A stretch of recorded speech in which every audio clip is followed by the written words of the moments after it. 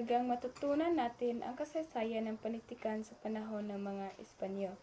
Ang pag-aaral ng panitikang Espanyol ay nagbibigay sa atin ng konteksto kung paano maimpluwensyahan ang wikang Pilipino ng Kastila.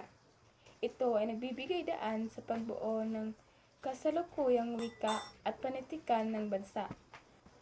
Ang mga akda at panitikan mula sa panahon ng mga Kastila ay nagpapakita ng mga pangyayari at karanasan ng mga Pilipino sa panahon ng kolonyalismo.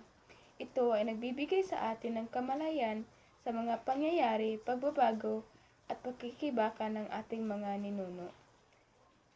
Ang mga akdang Espanyol ay nagkaroon ng mga malaking impluwensya sa pag-unlad ng panitikan sa Pilipinas. Ang pag-aaral sa mga ito ay nagbibigay daan sa pag-unawa sa mga estilo, tema at istruktura ng bansa. Sa kabuuan, ang pag-aaral ng kasaysayan ng panitikan sa panahon ng mga Espanyol ay nagbibigay sa atin ng mas malalim na pag-uunawa sa ating kasaysayan, kultura at identidad bilang Pilipino. Ito ay isang daan upang mabatid ang ating mga